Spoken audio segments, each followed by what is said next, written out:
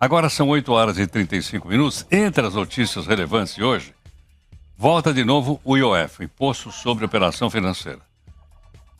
E que os presidentes do Senado e da Câmara dão 10 dias para o Ministério da Fazenda revogar o aumento do IOF, sem o que isso poderia motivar uma reação por parte do próprio Congresso Nacional, né?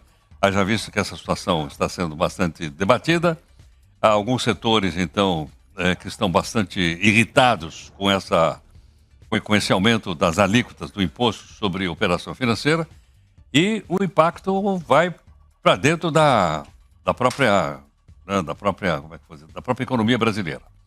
Para a gente poder entender um pouquinho melhor essa questão, nós temos então aqui mais um entrevistado para conversar conosco, para a gente poder entender a importância disso tudo. Ele está aqui para falar conosco. É o Dr. Alisson Correia, analista de investimentos e sócio fundador da Dom Investimentos. Alisson, muito obrigado por atender aqui o Jornal Nova Brasil. Muito bom dia, Heródoto, e muito obrigado pelo doutor. Tá bom, Alisson. Então deixa eu te perguntar o seguinte. Quais são os pontos, vamos dizer, mais divergentes, mais polêmicos em torno desse aumento das alíquotas do IOF? Heródoto, eu acho que não tem nada que não seja polêmico, né, nessa questão. A primeira polêmica já começa com o rombo orçamentário que a gente já tem, né? E precisa ser coberto de alguma forma, né? E o cobertor, ele é curto. E na quinta-feira passada, a gente teve a surpresa, né, de que a cartada para suprir esse rombo seria a retirada do IOF.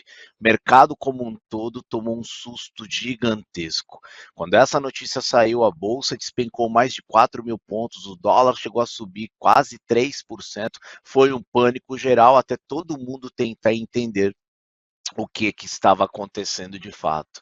E, na verdade, a medida que o governo encontrou foi direto em taxar as operações financeiras, né? Que já tem uma taxação que já não é pequena.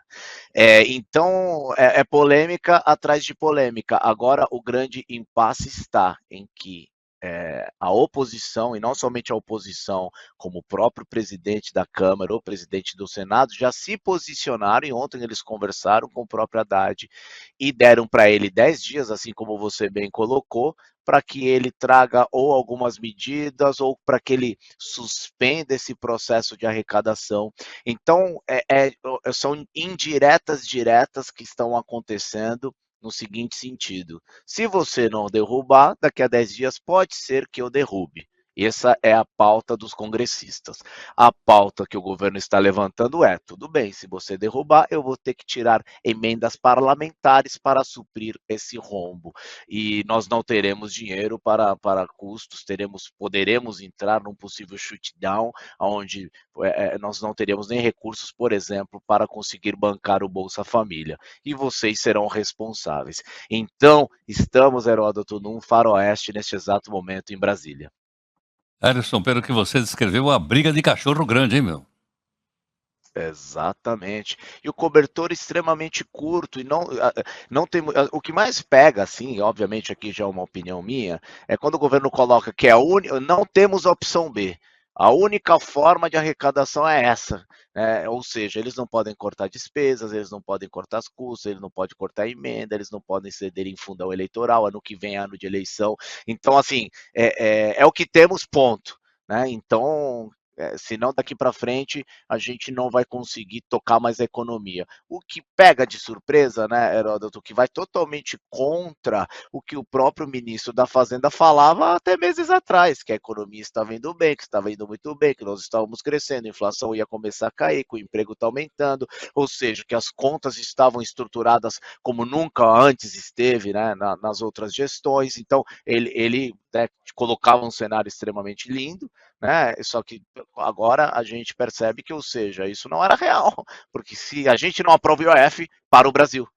é um processo de shutdown, que é muito conhecido quando você paralisa o orçamento de um país. Você não tem mais como pagar as contas, você vai ter que parar tudo, vai ter que parar hospital público, vai ter que parar a faculdade, você não paga mais as bolsas, os pacotes de incentivos que existem, né, do governo. Enfim, é algo, quando você fala de shutdown, é algo extremamente grave, né, e ao mesmo tempo parece que o que nós temos é essa solução, e apenas essa. Então, realmente, esses 10 dias até lá, Heródoto, vai ser uma loucura e ninguém sabe o que vai acontecer. E ficou claro, né, não somente que o governo não gostou, como o próprio mercado financeiro também não. A própria Febraban se reuniu e desenhou, né, para o governo, desenhou para o Haddad exatamente o quanto isso pode impactar na linha final, os empréstimos que já estão caríssimos. Nós somos a maior taxa de juros real. A gente só perde para a Rússia e para a Turquia, mas acho que não vale nem levar em conta, né? A Turquia é 50% de inflação ao ano e a Rússia não precisa nem falar.